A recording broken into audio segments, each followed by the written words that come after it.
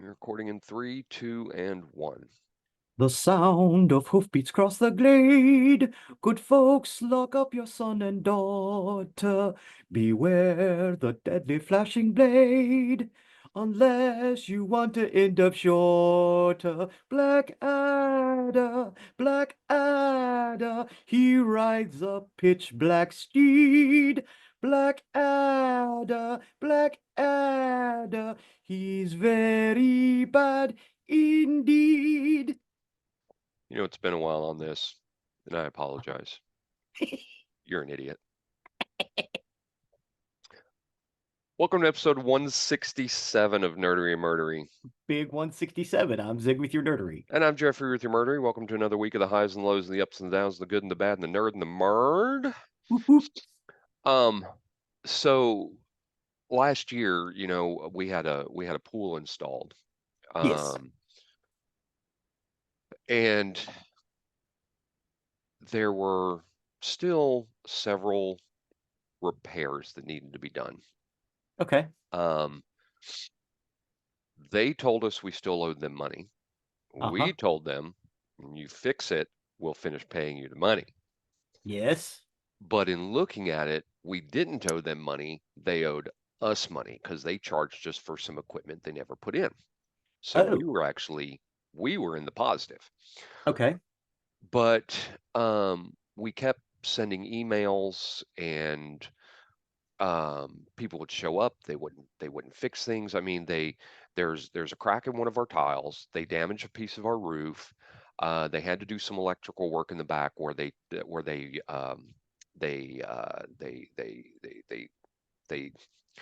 did basically damaged our lights on our back fence. They were supposed to come on every night at sundown and then turn off about 10 o'clock. Well, that stopped working. They brought an electrician in. He didn't wire it correctly, and one of them burst and caused some burn marks on our wall. Um, Nice. several things that were done, and we'd been trying, and basically we would send an email, we'd get ghosted. We would try to get them to come out, try to get them to come out. Well, throughout all this, we were still paying them every month to clean our pool without fail, paying early. Yep. But they just weren't getting the stuff fixed. And this is South Texas Pools, by the way. I'm gonna go ahead and throw them out there. Wow. Oh, it, South Texas Bulls, you want to sponsor us? no, they won't. They won't.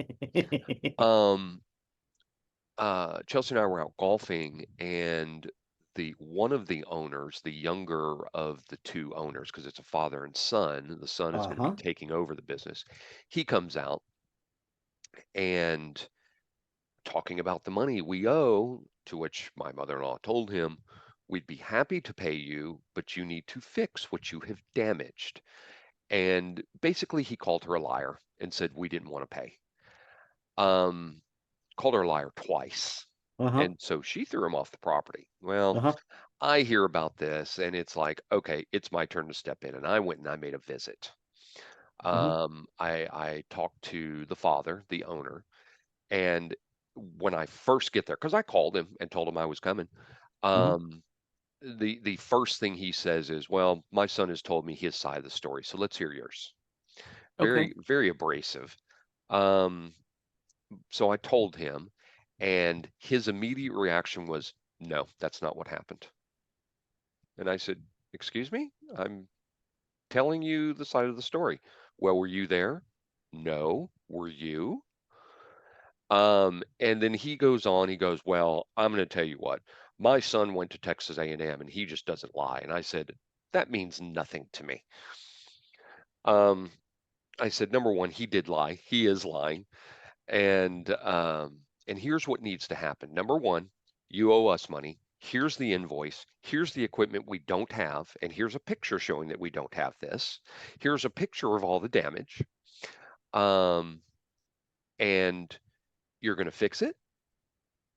We need to get our money that you owe us. And your son needs to make an apology to my mother-in-law." And Yeah. he said, "Yeah, that's not going to happen." And which really kind of floored me. And he goes on to say, "We've been in business 30 whatever years. I think it's 39 years. And, we don't have complaints like this and blah, blah. We've got a great reputation and blah, blah, blah. I'm not on social media. I go by my reputation. I went, well, I am on social media, and this is going to go on social media, Hmm. um, because y'all are in the wrong. Um, this is a very simple thing. Make a customer happy, because this is actually the second pool that my mother-in-law has had installed from Yep. y'all. You should be wanting to make a customer happy, and this is a small thing for him to make an apology. This is how she was made to feel. She was made to feel terrible, and he said, "Well, he's a 42-year-old man. He's not going to listen to me." And I said, yeah, I'm a 53-year-old man, and when my boss tells me to do something, I do it. Yeah. So Doesn't you're matter you're how old my boss is. right. Um, well, he basically kept throwing it back on us, basically saying we were in the wrong and blah blah blah blah. And I got mad, and I got up and I said, this is obviously not going to be fixed here. You'll be hearing from me. And I went home and I got online. Hmm. First place I hit was the Better Business Bureau. Hmm. Um, there were no comments, no reviews on the Better Business Bureau, so mine is the first. And I First and clicked, only. yeah, and then I went to Reddit, and then I went to Facebook, and then I went to Google, and I started posting the whole interaction. Well, he immediately replied on the Better Business Bureau site, I'll and bet he did. basically said they were in the wrong, it was inappropriate, and repairs will be happening the following week. Nice. So as callous as he was, because he was just an ass in the office, he's obviously worried about his reputation and didn't like the fact that it was being tarnished online, and he found out real quick that the internet can get very powerful very quickly. Yes. Internet's a So powerful thing. yeah, yeah. Well, and I would imagine you're probably not the only people who have complaints from these people if they're that way. I'm sure we're not, and there's If it people were in, something small like a cracked tile, right. I get it, but they called that electrician, they screwed it up, they burnt your house. They I mean, damaged the not roof. bad. Yeah, damaged the roof. How the hell have they damaged the roof? So between our house and the side garage, there is a overhang, which basically Okay. gives you a little walkway between, so you can walk from that Yeah, like a garage to the house. breezeway. Yeah, like Yeah, a yeah. breezeway. Well, their dirt excavator damaged the soffit. Okay. And they were telling us for the longest time, well, we can't get that. That they no longer make those soffits. Yet I could find it on Home Depot very quickly. Uh-huh. When I went to this dude's office, the soffit was sitting there in his office that was purchased from Home Depot. It just needs to be painted and whatnot. But and he tried telling me, he goes, well, companies out there, they wouldn't have even taken your job if they couldn't get the equipment through there. And I said, that's not my problem. You accepted this job after you came out and surveyed. That's your problem, not mine. So yeah, so we're hopefully going to get all that fixed. But yeah, Nice. I'm like a dog with a bone when it comes to stuff like that. Don't fuck with me. Right on. So so that was my fun thing this week. So Nice. awesome. Well, I got nothing else. If you want to take over on the nerdery side of the house, I do. Today we're going to talk about Blackadder. cool. It's a Love series of Blackadder. yes, Blackadder's awesome. It is a series of four period British sitcoms plus several one-off installments, which originally aired on BBC One from 1983 to 1989. All television episodes starred Rowan Atkinson as the anti-hero Edmund Blackadder and Tony Robinson as Blackadder's dog body, Buldrick. Each series was set in a different historical period, with two protagonists accompanied by different characters, though several reappear in one series or another, e.g., Melchett, played by Stephen Fry, Lord Percy Percy, and Captain Darling, played by Tim McHenry, and George, played by Hugh Laurie. So I wanted you to stop there because I wanted to specifically talk about Hugh Laurie for a second. For those of you out there who have never seen Blackadder, but you've seen House, Go see Blackadder. It's the And same guy. yes, because it's the exact same guy. And in House, he's this very stoic, very codgy doctor with a great American accent. Not his English accent, but to see the difference between him in House and to see him in Blackadder is just hysterical. Mr. Sticky Black Sticky Adder Sticky. Is that all you got? Yes. Yeah. Oh my God. And George and oh, yeah. Ah, it's the best. The first series, The Blackadder, was written by Richard Curtis and Rowan Atkinson, while subsequent series were written by Curtis and Ben Elton. The shows were produced by John Lloyd in 2000. The fourth series, Blackadder Goes Forth, ranked uh, 16 in the 100 greatest British television programs. I'm sorry, they made a movie that was produced in Yeah. 2000. This is another one because I'm going to throw it in there. Rowan Atkinson. More people are probably very familiar with Mr. Bean because Yeah, he had one or two movies. yeah. Um, Plus, the Mr. Bean series ran forever, yeah. and a Um, cartoon series. that's another one. Those of you familiar with Mr. Bean, see Blackadder and see the very difference between the characters. Well, okay, I would say that the first series of Blackadder would be a little closer to Mr. Bean, Yes. but the second, third, and fourth series where he's just this huckster who who makes things happen. Oh my God. Oh God, there's one scene in Blackadder the second where he's like, "Yes, Percy, in the Renaissance, most people like to have a wonderful conversation with thoughts and ideas to advance humankind. I personally would rather spend it with a dickhead like you." Well, and these are period pieces too, because the first Blackadder is set It's in the Dark Ages. in the Dark Ages. The Yeah, second one is set it's Elizabethan. Elizabethan. The third one is Renaissance. No, it's um Reformation, Restoration, Okay, 1700s gotcha. And then the fourth one is World War One. is World War One. Yeah, and also they did a one-off episode that took place during the English Civil War with the Roundheads, Hmm. um,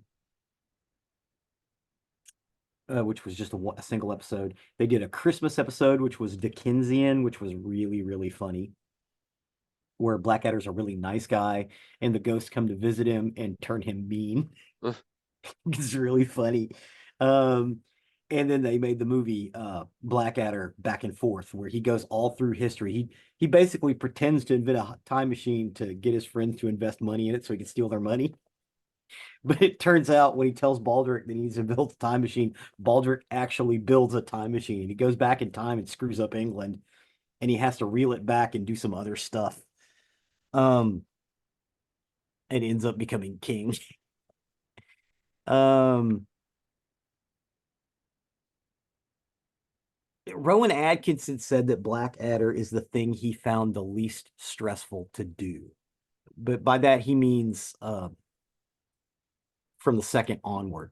Uh-huh. Because the first one he was kind of stressed out about because they spent a lot of money on the first series. Because they filmed at castles, it was all really period and great. After that, the BBC was like, yeah, it's funny, people like it, but we want to kind of retool it and make it a little less expensive to make. So they used all sets after that, and it was actually funnier. Um, so each series compromises 6 half-hour episodes and is set in a different period of British history, as Jeffrey said. The first series, made in 1983, was called The Blackadder and was set in the fictional reign of Richard the Fourth. The second, which is right after Richard the Third. The second series, Blackadder 2, was set during the reign of Elizabeth I. Blackadder the Third was set during the late 18th and early 19th centuries in the reign of George the Third, and Blackadder Goes Forth was set in the 1917 in the trenches of the Great War. Blackadder follows the misfortunes of Edmund Blackadder, again played by Rowan Atkinson. It's implied in each series that the Blackadder character is a descendant of the previous one. The in-theme lyrics of the series 2 episode Head specify that he is the great-great-grandson of the previous incarnation, although it is never specified how or when any of the Blackadders, who are usually bachelors, manage to father children. In series 1, Edmund Blackadder is not particularly bright, as is much of the intellectual inferior of the servant Baldric. However, in the subsequent series, the positions are reversed. Blackadder is very clever, shrewd, scheming, and manipulative, while Baldric is extremely dim. Yeah, because Baldric's basically doing all the planning in the first one. And Percy's always an idiot. Captain Darling, because Tim McHenry played Percy in the first, second series, and he played him in he played Percy, and he wasn't in the third series, but in the fourth series, he came back as a different character called Captain Darling. I think because he was making Eric the Viking, because he was pretty big in that. He was pretty, in that production. Captain Darling. Blackadder always just refers to him as darling, Darling. Yes, darling. darling. Oh my God. The show is very witty. Each incarnation of Blackadder and Baldric is also saddled with tolerating the presence of a dim-witted aristocrat. In the first 2 series, it's Lord Percy Percy, played by Tim McHenry. Hugh Laurie plays that role in the third and fourth series as Prince George, Prince Regent, and Lieutenant George, respectively. Stephen Fry's Lord Melcher fits a similar role in the second and fourth series. He also played Nelson in the third series. Rowan Atkinson and Richard Curtis developed the idea for the sitcom while working on Not the 9 O'Clock News. Eager to avoid comparisons to the critically acclaimed Fawlty Towers, they proposed the idea as a historical sitcom. An unaired pilot episode was made in 1982, and a 6-episode series was commissioned. The budget for the series was very considerable, with much location shooting, particularly in Alnwick Castle in Northumberland and surrounding countryside. In February of '83, the series also used large casts of extras, horses, and expensive medieval-style costumes. Atkinson has said about the making of the first series. The first series was odd. It was very extravagant. It cost £1 million for 6 programs, which was a lot of money to spend. It looks great, but it wasn't as consistently funny as we would have liked. So, again, due to the high cost of the first series, the then controller of programming of BBC One, Michael Grade, curses Michael Grade, was reluctant to sign off on a second series without major improvements to the show and drastic cost cutting. So, leaving a gap of 3 years between the 2 series, Atkinson did not wish to continue writing for the second series. Because again, he wanted it to be easier. He wanted to do this because at the time he was making Blackadder, he was already working on that Mr. Bean character. He'd actually kind of thrown him out in some live. He's doing a bunch of live shows and live touring. One was recorded and broadcasted on the BBC and on HBO. You can get out there and find it. It's Rowan Atkinson, One Night with Rowan Atkinson. And it's the first time you really get to see that Bean character. He does a lot of other characters too, which are very, very funny. But that Bean character kind of took off, and that's when he started working on it. But he met comedian Ben Elton, and he introduced him to Richard Curtis, who was his writing partner, and they figured out what was wrong with the first series. And again, they shot it in the studio, but they wanted to make Blackadder cunning, and this led to familiar setups that was maintained in the following series. So it is only in back and forth. Millennium Special was the shooting once again on location because this was a production with a budget estimated at £3 million.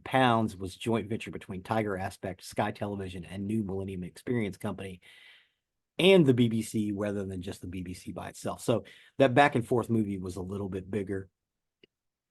The Christmas episode and the Roundhead episode, or the English Civil War episode, also on sets. So there was no outage, but that or exterior shots. That back and forth movie though, they go to Roman Britain. He made Shakespeare. He beats Shakespeare up. He gives a cunning plan to Nelson, or not Nelson. Oh my God, he beat Napoleon. Oh, historical. I can't think of the dude's name. He's very famous. Dadgummit. Yeah, that general. He gives him that. Yes. Also played by Stephen Fry again. He was like, I have Cornwall no, not Cornwall. or Cornwall. What are Oh you my God. thinking? Yeah, I'm gonna think of this one. I'll There was, I'll our find it. English fans are screaming at me right now. Um, but yeah, so he gives him a cunning plan to defeat Napoleon. No, or not, I keep wanting to say Nelson. It's not Nelson. It's the other guy. Wellington, Wellington, Duke of Duke of Wellington. Wellington. Yeah. He gives Wellington the cunning plan. It was Stephen Fry played Wellington in the third episode or the third series in one episode. And just all kinds of crazy stuff. But he goes back and forth. He goes through time and he messes it up. So he has to go back in time and fix everything. Um, it's brilliant. It's funny. It's witty. Uh, it's historical. At least as much as they could be. The first one is very historical. The rest of them, they were more concerned about the comedy than the historical aspects. But the costuming is brilliant throughout. Um, and Blackadder goes forth. The fourth series ends with them going on a raid in a no man's land, all of them together. It's actually it has a very sad ending, which I've included. But it's beautiful. It's just wonderful. The whole setup, Hmm. everything about it. It's funny. It's sad. It's witty. It's probably Rowan Atkinson at his best. I think. I mean, I like Mr. Bean. Um, I've even got a little Mr. Bean figure out here somewhere. Um, I like my kids love the cartoon. I love it when he paints his house by blowing up paint cans and just untaping everything. It's just, I think it was brilliant. But yeah, this is this is where I discovered Rowan Atkinson. I just think he's great. And this is considered a classic series because of it. They kicked the idea around about doing some more, but the problem is, like with the first series, to be right. Hmm. They could get away with it with a one-off episode for the Roundheads, in the English Civil War. It was a one-off episode for the Children in Need special. I get it. It was not as strong as it was funny, but it was not as strong as, say, Blackadder the Third and Blackadder Goes Forth, because that's when it took place in that time period between the two. Um, but it was not as strong. But it was one episode, Right. one and done. They kind of tied it up at the end. And I think that's why they don't want to do anymore. They were like, oh, we'll do one for the Millennium because we got some good ideas, and they were brilliant, just really, really funny. Miranda Richardson was part of it, Hugh Laurie, Stephen Fry, um, Tim McHenry, Lord Flashheart, played by Rick Mayall, the writer of uh, Bad News and The Young Ones, Hmm. and several other things. Rick Mayall playing Flashheart, who is just this dashing hero of a man who gets the better of Blackadder every time they meet up, even though they're friends. Um, I love the Flashheart stuff, and Rick Mayall is great because he's just this swashbuckling dude. He's, he does it. That's pretty funny coming from Vivian from the Young Ones, but he was a brilliant writer. Oh my God.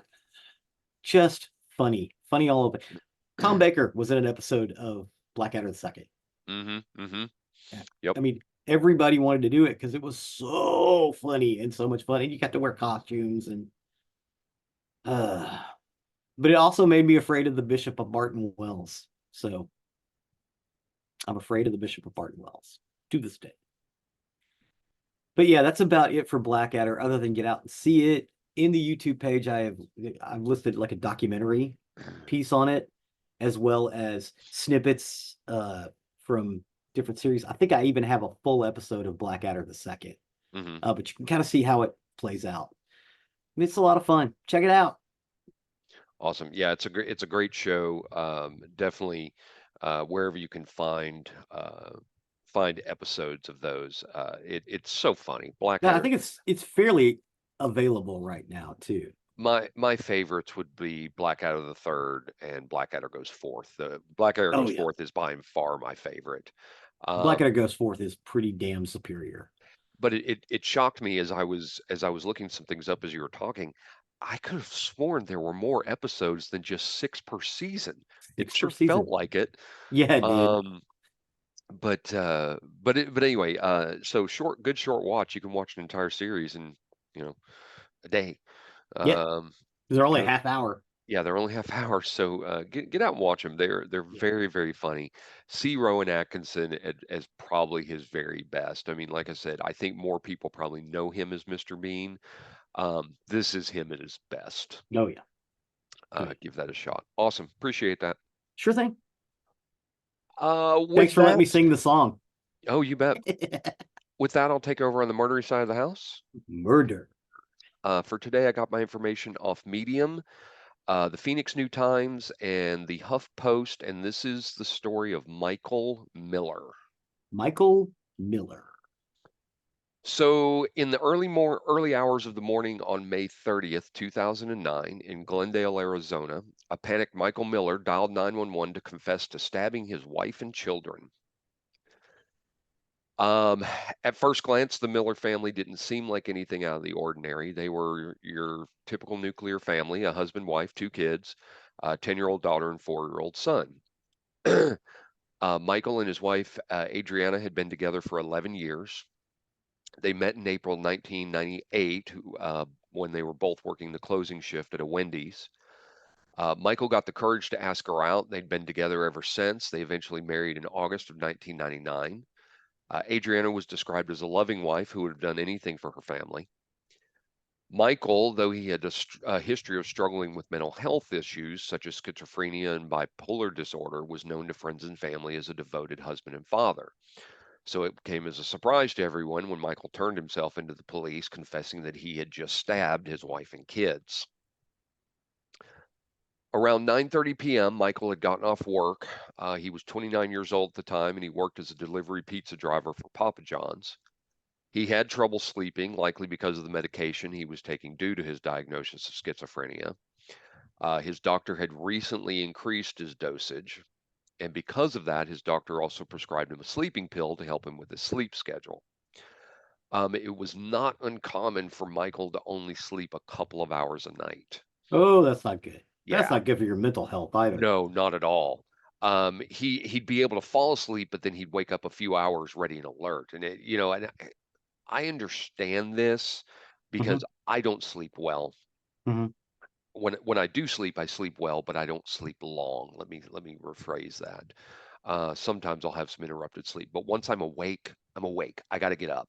Yeah, This morning, same. this morning, 3 o'clock, bam, I was up. Oh man, I'm And so I sorry. was having my coffee. That's a normal for me. 3:30, I just wake up. I set Man, I my got up at 6:30 this morning. I'm like, should I sleep in a little bit? Like, nope, I'm awake. I want to go make some coffee. I set my alarm for 5:30 Monday through Friday for work, but I generally wake up at 3. Wow. I'll get up, I'll shower, I'll have my coffee, and just I watch Facebook videos or I play games on my phone until I start work. So I understand this. Once I'm awake, I'm awake. Yeah. It's Once you're very up, you're up. I get it. very very rare that I can go back to sleep. Um, so the night in question, when Michael returned home just before 10 p.m., he was wide awake. His children were getting ready for bed, so Michael and Adriana tucked them in. Michael did recall putting his son to bed and saying nightly prayers with him. Now, this wasn't the normal routine for the family, but Michael had said that those last couple of weeks he had been focusing on his personal faith and had started praying more regularly. He said that that night they prayed about what they were thankful for and that they would be safe. And after the kids were in bed, he ate some food, took some medication, including the sleeping pill, and then went to hang out with his wife in their bedroom. She was watching House Hunters on TV, and they watched TV for a while, and still Michael wasn't tired, so they decided to go smoke some weed. It helped a little, and Michael stated that he had started to drift off, but just like he experienced in the past, he woke up after a few hours, and his wife was sleeping soundly next to him. He didn't want to wake her, so we went out to the living room and passed the time by surfing the internet. That night, he said on LimeWire, remember LimeWire? Yep.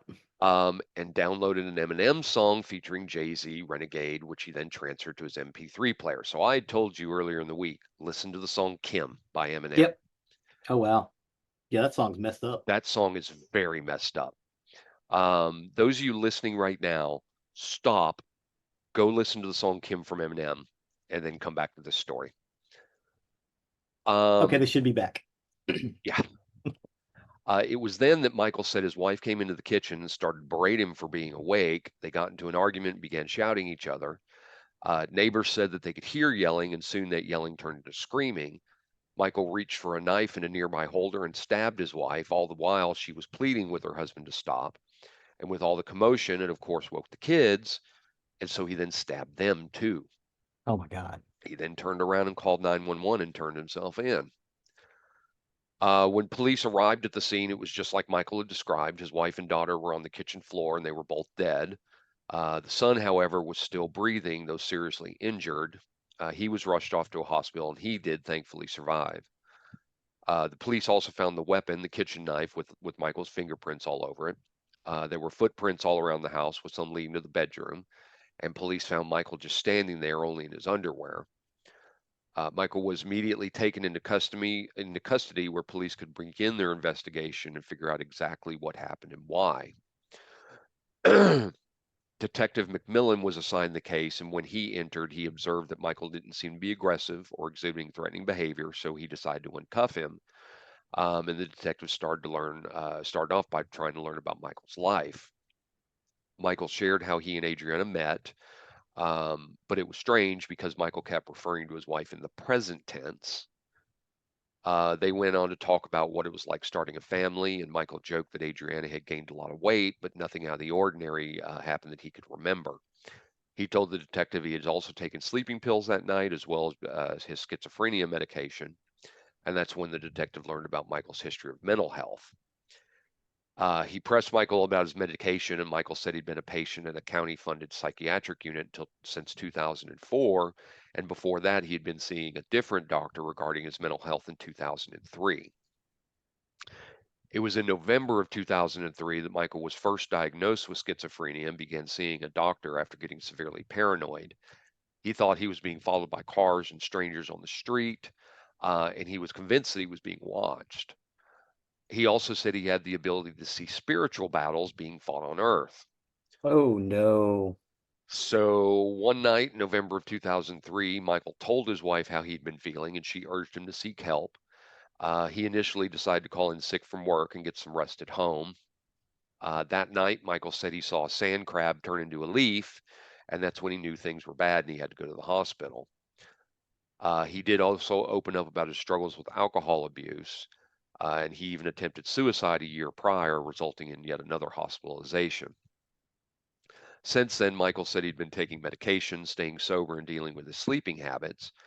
The detective asked him why he did what he did and if his wife had been aggressive during their argument. But in his own words, he said he knew what he did was wrong, but at the moment, he knew he wanted his family to die. Now, though, he said he was filled with fear and regret with no residual feeling of ill will. He said he hoped that they were alive and well and that he loves them. Hmm. Uh, the detective didn't sugarcoat it at that point. He told Michael that his wife and daughter were dead and the son was in the hospital being treated for severe injuries, and those injuries were because of him. Michael simply thought the detective was lying. Detective McMillan asked if Michael did anything else on the computer besides download music, and Michael admitted he was listening to music when he was stabbing his family. He was listening to the track Kim by Eminem. Hmm. Think of that song real quick and think of that song playing while he's killing his family. I mean, I had to go and listen to this song when I was researching this story. I do recommend listening to it at least once just for putting some framework around this story. But it's the lyrics to the song are horrifying, horrifyingly fitting given to what he was doing at this time. This is when he said something inside him snapped and he had no control and felt that his wife had become a demon. The detective noticed that Michael's hand had a bandage on it, and he learned that Michael had been stabbed in the struggle with his wife before she died. Apparently, when Michael threatened her with the knife, she panicked and tried to grab it from him, but Michael pulled it away, injuring himself in the process. Michael then said he went into a blind rage, and he said it felt like out of nowhere his daughter appeared like God put her there, and he got scared. He said he thought there was a spell on the house and that Satan would keep everyone asleep while he murdered his wife, so he was surprised to see his daughter come into the kitchen. He said he knew he was going to kill his wife, but didn't anticipate hurting the kids. Michael said God spoke to him while he committed his crimes as well. He said God told him to kill them like they killed Christ. Finally, Michael talked about his last victim, his 4-year-old son, and again, he said he was ruthless when he attacked his son because he loved him the most. After he was done with his family, he then walked into the bedroom and went to pray to Jesus and thank him for what he did. He said he prayed for about 6 minutes before calling 911. Michael said Jesus used him to stab his family and kill them in order to bring them back the newness of life. And he kept saying over and over that it was his calling to be a servant of God, and that although he was new to this role, God had something magnificent planned for him. The detective kept his cool and asked Michael what he meant by the newness of life.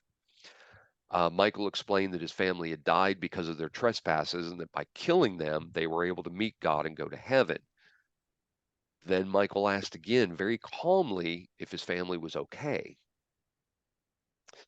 Like it was happening, but it wasn't really happening. Yeah, yeah, Okay, I have a question, yeah. and I don't know if it's here. The antipsychotic medicines that he's hmm on hmm and the sleeping pills that he's on, hmm is there warnings about reactions between these two drugs? It's not in here. I don't know, and that's a great question. I didn't get specifics on what the meds were, Uh-huh. so it's possible. I mean, it was the same doctor that was prescribing both, Okay. so you would think they would see the no Yeah, the if there's some reactions, sort of reactions. but the pharmacy is also supposed to check for that. Yeah. And so I don't know. I Mm. couldn't tell you. I couldn't tell you. This is tragic. It is. Tragic. It's And very tragic. honestly, I kind of feel for this guy because I think this guy this guy needs to be someplace where he can get help. I don't Yes. Yeah, this is not Yes. somebody you throw in prison. This is somebody you try to help. You try to Yes. fix. Agreed. Because I don't think this is a bad guy at all. This is not a Agreed. serial killer. Yeah. Agreed. Agreed. Agreed. So Michael had asked if his family was okay. Uh, Detective McMillan again said his son is alive but in critical condition, but his wife and daughter are dead. And that was when it seemed like the situation was finally sinking in because Michael then asked how long he's going to go to prison for. Mhm. The detective said he didn't know, but he explained what would happen next. They said that they were going to search his place and gave Michael a copy of the signed search warrant. And Michael, seeing cognizant of all these things, he read the search warrant, comprehended what it all meant, and then he even signed it. Mhm. Um, in December of 2009, Michael Miller was found guilty on 2 counts of first-degree murder and 1 count of attempt to commit murder in the first degree. Mm. He received a life sentence for each count of murder with no possibility of parole and an additional 99 years for the attempted murder of his son. He did not get the death penalty, but he's going to spend the rest of his natural life in prison. During court proceedings, family members came to Michael's defense saying that he was a kind man who loved his family. Michael's brother Mitchell pleaded with the courts to take into account Michael's mental health history. He argued that his brother had struggled with anxiety and depression for years, including his diagnosis of schizophrenia and bipolar disorder, and that the judge should reevaluate Michael's sentencing, but the courts have refused. There's been over 15 years since this happened. There's been very little activity on this case, so as far as I know, he's still in prison. Mm. At this point, Michael's son is now an adult and he has been shielded from the media by his family, so it's unknown what he's doing in his life now, how it's affected him. As this case becomes more open to the public, there have been arguments made that Michael was faking it, while others disagree, and he said he was displaying clear signs of suffering during a manic episode, and I agree with that. Well, okay. It speaks to that because the cop guy had just murdered two people, and the detective comes in and unlocks his cuffs and is just talking to him. Right, right, Not afraid agreed. of nothing because it's like, oh, this guy snapped. This guy needs some help. I mean, it Agreed. sounds like the detective is thinking exactly the same way you and I are. Yeah. And I mean, whether Michael's symptoms are real or not, it's clear that he's suffering from something because it does Yeah. take a disturbed person, an extremely disturbed person, to do that to their own family. Hmm. Um, one of the saddest parts about this case is that based on research, it doesn't seem like that it was a secret that Michael had been experiencing mental health problems. Um, but it doesn't look like he was getting properly treated. Mm-mm. Um, was it maybe that a minor dosage adjustment in his medication could have been one of the factors in that? Could have been a reaction between the two medications, like we said. Michael even said that a few days prior, his doctor had changed his prescription. Um, there's definitely many other factors that can play in Like a determining a couple of person. days for that stuff to build up in your system. Right, right. There's no real way of knowing for sure if mental health illness issues were the direct causes of actions or not, or the pills. Um, I okay. So I'm kind of getting on my soapbox here for a minute, and I apologize that I'm going to get on my soapbox and I'm going to get real personal here for a minute. And I apologize to our users, but I think I think you need to hear this because we've talked about mental health issues before on this show. We've got BetterHelp as one of our sponsors. I myself Yes. have been treated for mental health issues, and I'm very passionate about having very good mental health. Very passionate. Let me tell you this: mental health is no joke. No, Period. it's not. With everything that's going on in our lives, both work and personal, world events, and many other factors, it's very easy to ignore the signs that you need help and easy to think that it will just resolve on its own. I dealt with depression. Um, Depression so severe that the only place I felt safe was in bed. I was sleeping 9 to 12 hours a day when I could, and my doctor told me that's not healthy. It's really not. Um, Outside of the show, I hardly talked, and even here on the show, I struggled. I went through the motions because I had to, and just for our listeners, it's why I had to leave the show for a few months. I rarely laughed. I hardly wanted to be around people. I went out with Zig and some other friends one night to a restaurant. And we all sat outside, and everybody around me was talking, but me.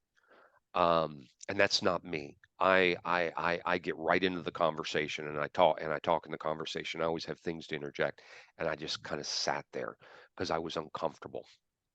I feared driving anywhere. I feared going to work. I told Michael Shanks over 2 weeks on a microphone that listening to their show or ours on my daily commute was all that got me through the drive. It was like it might sound silly, but it was like having friends sitting there with me as I drove to keep my mind off of all the other terrible things I was imagining. I wasn't enjoying anything in my life. Um, I was not suicidal, but I really often thought it would be easier if I was just dead. I think they call it suicidal ideation. Um, I didn't know what to do at the time or how, and I couldn't relate what was going on inside my head. You, it's hard to describe what depression and anxiety can do to you to somebody that doesn't experience it. It's very hard to define how that is. Um, but anyway, I It's got help. hard to define it for people who do experience it It's because extremely hard. You can't. You yeah, just can't. it's hard to put it into words. Yes. The one thing I looked forward to every day was getting into bed. That was it. Um, I went through the motions, and I mean, for me, I was watching my clock. As soon as I saw it hit 7 o'clock, 7 o'clock at night, I felt that that was long enough that I had presented myself enough as normal that I could go to bed. But I mean, it was seven, period. You wouldn't see me in bed too much after that. Um, and I did that because I wanted to be in bed as long as I possibly could. On the weekends, it was bad. It was bad. But I did get help. For a while, I got on meds, which kind of zombified me. I didn't really like those. I did get therapy. Um, And then I ended up changing my whole life around. It wasn't easy, it wasn't quick, and it was work. Um, but I came out on the other side. I'm happier now than I have been in a long time. I'm actually enjoying life again and enjoying people again.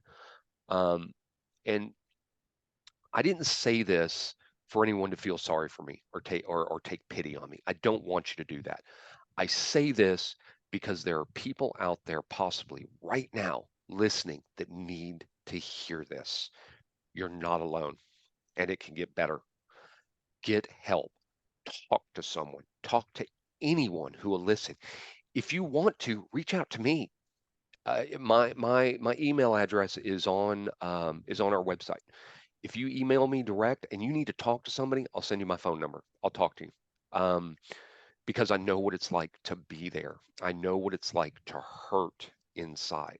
There are resources that are out there. If you need help finding those resources, let me know. Again, email me direct.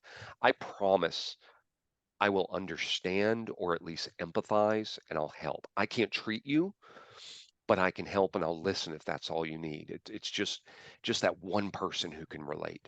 Take the step. Get right with your mental health because above everything, you are worth it and you are loved. I'm sorry I'm cracking up a little bit. This is very personal to me, um, but this was a case of very severe mental issues, and I just want our listeners to never ever ever feel like they're alone out there. There You are don't want to get to the point where this guy was. no, you don't want to exactly. You don't want to get to that point. Um, take care of yourself. Do what you need to do. And again, if you need someone to talk to, reach out to me on our website. It's Jeffrey@nerderymurdery.com. Um, I'll listen. I'll listen. So I'm sorry I got very emotional on that, and I'm sorry I took such a deep dive into my personal, but I really kind of felt it was important. But What are you talking that's about? That was gold, sir. That was gold. I love you, man. I appreciate that. But yeah, that's the story, the sad story of Michael Miller. Thank you for that, and thank you for that heartfelt explanation as well. You bet. I mean, if just one person out there hears that and just and gets help, then I think I did my job today. Yeah, You know, it was worth it. yeah, absolutely. It was absolutely worth it. Um, so yeah, let me clear my throat there. That takes us to the end of another recording week. As always, you can find more information on about us on nerderymurder.com. You can find our email addresses, and that's our link to everything. You'll find links to what we talk about this episode, plus pictures from the topics we talk about. Plus, you can find the link to our YouTube page, which we so often zig updates. Yeah, there are snippets and a full episode on our YouTube page for some of this. Awesome, appreciate that. Appreciate all the work you do on that. Um, you can also find the link to our merchandise page, where if you wish to show off your nerdery murdery fandom, please do consider doing that. That along with our patrons. You can find the link to our Patreon site, but our merchandise, the sales from our merchandise and the donations from our patrons help keep this show going, help keep us on the air. There are costs that are associated with uploading with our website and everything like that. So do please consider that. We appreciate each and every one of you. Please, thank you. Please and thank you. And last but not least, please do not forget to leave a 5-star review wherever you can. It really helps us and helps others find our contact that may be looking for the topics we discuss. So with that, I have been Zig with your nerdery. and I'm Jeffrey with your murdering. Cue the music.